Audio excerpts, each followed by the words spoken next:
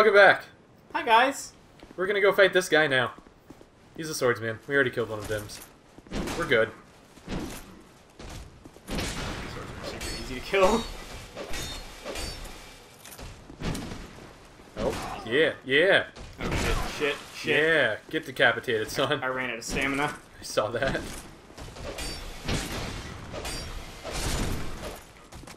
Why are they so big? What are they? I believe they're statues, is the lore. Like, statues brought to life. Okay. But, so, some of the guys in the area, when you kill them, they unlock these. And what these do is if you look over there, there's a small inner circle there. And there's a guy standing inside of it. And that just raised up one of the outer circles. Yes, so it makes it where I've got more arena to fight that guy in. And he is actually a boss. He is the Dragon Raider. Yay. Just what we need in this game. Dragons. Okay, and if you watch here, it's really fucking cool. Those two guys back off. What they're doing is they're guarding the path out. That's kind of cool. So it's only you and this guy. Yeah. So when I kill this guy, the other two will come at me.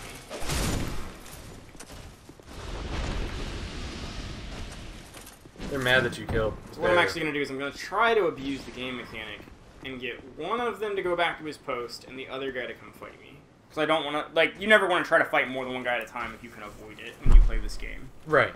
Even if you're really good, they will just overwhelm you. Ow!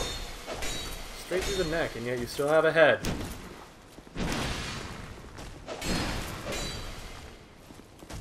I did used to have the timing for these guys down so well that, like, they couldn't... I could just walk around them. So I'm actually not going to fight the Dragon Rider right away. I'm going to fight another boss that some people... If you haven't played this game and have played the previous Dark Souls, there's going to be a spoiler up ahead for a boss from the previous game that shows up again. Oh no! Not the dreaded spoiler. However, he is not nearly as hard as he was in the first Dark Souls. He was like the bane of everyone's existence in the first Dark Souls game. Him and the other guy you fought with him. I already warned you fuckers about the spoilers.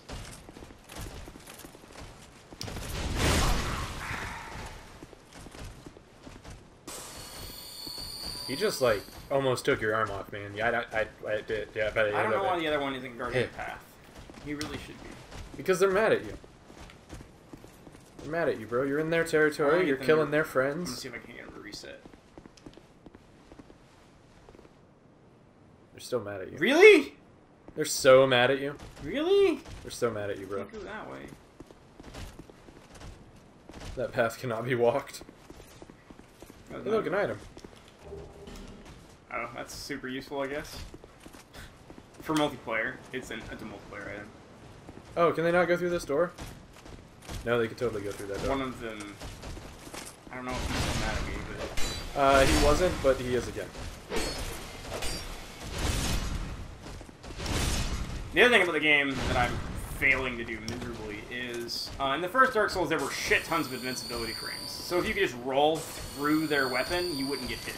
Right. In this game, there are not nearly as many invincibility frames. You can make it more by putting points into the adaptability stat, right, which makes you do everything just a little bit faster. And that was the reason why I didn't want to play the Bandit, because it has the lowest adaptability you can possibly have. That's friggin' terrible. Alright. I was wondering why. I thought it was because of his stupid clothes. No. Well, his clothes were pretty freaking stupid. But like the stuff in the beginning of the game, I was wearing those rags. Yeah. You can just put those back on. You don't use them. Oh, okay. You just go up to those sisters and you're like, I was a swordsman, and they're like, oh, here's a sword and clothes. Yeah. Here's your clothes that we found. Ya butt. They just have an outfit of one. I need to of stop their using my life classes. gems. I need to use that before. Yeah. So that's exhausted. Alright. The other reason I might want to go this way and fight this boss first is because right before the boss is the Cling Ring. And what the Cling Ring does is it makes it to where when you die, the amount that your health is reduced by is only half when you have the ring equipped. Right. So that way I don't have to, like, spend my humanity if my health is, like, real low. Fair enough.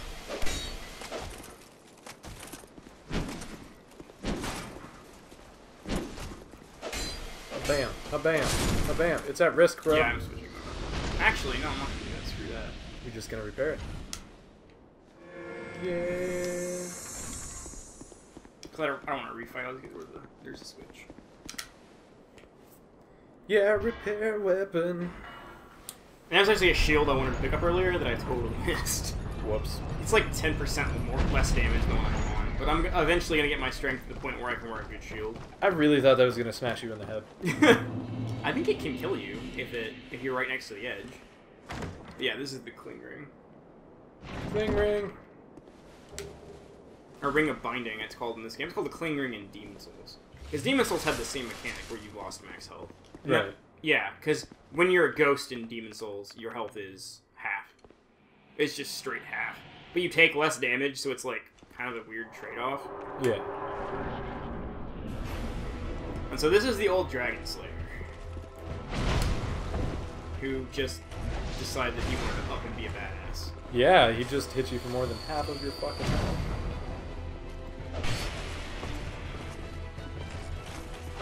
I don't even know what to say right now. He looks kind of... I know this is like a Japanese game. In Demon Souls, in Dark Souls, this was the boss Ornstein, who fought with a different boss at the same time. It was one of the few boss fights in the entire game that had multiple bosses that you were fighting at the same time. It was incredibly hard, just because you had to keep track of this guy who's incredibly fast and his friend who was huge and big and bulky, but did massive amounts of damage and like wreck across the room and stuff. Also destroyable pillars, that's pretty dope, right? Yeah. He looks very, very more Japanese than a lot of the rest of the armors and stuff in the game. Yeah. I believe you can actually... Oh shit, I'm gonna try that. I don't have any other healing items on. Oh, this might be the death of me. This might be our first death. Yeah, there it is. There it is. Episode 4. This is Dark Souls. Oh... Just have a question mark on all the things until we get to this point. Oh, yeah, that's what this game is. Bleep out the game title. Everybody's like, why are they bleeping out Dark Souls? Obviously, they're playing Dark Souls too. But yeah, the first time I played the game, those guys in that first like crossbow room killed me. That was where I got my achievement. This is Dark Souls, and I felt so bad. I was like, I was doing so good. Okay, so as you can tell, now my character is kind of like deathly. His skin is starting to fall apart and die, and if you look up at the top, my health has been just that little bit. Right. So.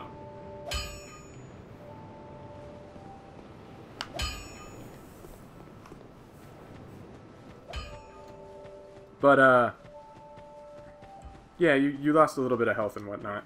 If you also look in the bottom right-hand corner of the screen right now, my soul count, which was like 5,000 something, is now set to 0. Yeah, so you lost all of those. When you die, you don't lose all your souls. They're not gone forever. You drop them on the ground where you died. So if I go back and I fight the Dragon Slayer Ornstein again, or it's just the old Dragon Slayer, as he is in this game, my souls will be on the ground. And if I just hit the A button next to him, I get all my souls back. That's nice. I don't get that 5% health back, but there are items that I've bought so far that allow me to get that back. Oh, yeah. So, I mean, you could always fix the punishments. It's not ever permanent. No. There are a limited amount of these human effigies that restore your thing. Let me just see. That restore your humanity in the game, but there are a lot of them. Like, this game is not meant to be incredibly punishing for your death. Right, but it is meant to punish you. Yeah, the game wants you to do well, and it wants you to do really, really good. Thanks. Yeah, I got 6,000 souls and I spent them all on life gems.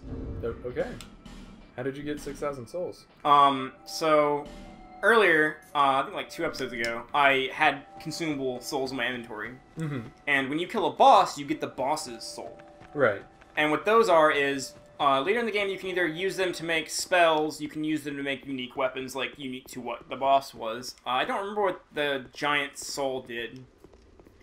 I never use those weapons, ever. The spells sometimes, but the weapons are like, they'll have like an interesting thing that only they do. Like there are weapons that like shoot attacks off of them when you use like a 2-handed heavy attack. Mm-hmm. There are like, I know there's a shield in the game that makes it to where like you take almost no damage from anything when you block with it. Stuff like that. Right. Oh, and there is... Oh, I should have just... I forgot to get the bonfire down here, didn't I? You might have. I was like, I'm just going to teleport to the bonfire, and then I realized it teleported me all back to my jewel when I died. And I was like, no, I definitely didn't get the bonfire, because it would have teleported me back to the bonfire. Now you gotta fight these guys again. Yeah, the bonfire's right down there to the right. I just forgot to get it. Luckily, you don't have to fight Mace Man again, because he doesn't respawn. No, he does not respawn. Ow. That's okay. I'm just going to have to fight this guy again here in just a second. I get all night gauntlets. Those are actually really good. There are low durability equipment. Actually, I don't think your armor can... Yeah, your armor can break. They have really low durability, but they have a lot of defense. Like a lot of defense. He's back, because he rested at a bonfire. They do that. Yeah, that's how the game works. So if you wanted to farm and, like, farm up souls and, like, level your shit up... You can totally do that. You can totally do that, to a point. It's like 15, 12 something times, and they just don't respawn anymore. But that being said, if you can kill one enemy each time you enter a zone, like, you can eventually clear the zone, as long as you don't mind fighting them at half health. Right.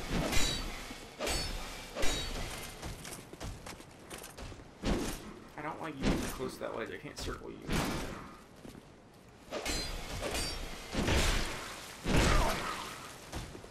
You just got wrecked. Yeah, the enemies will... You just got really wrecked.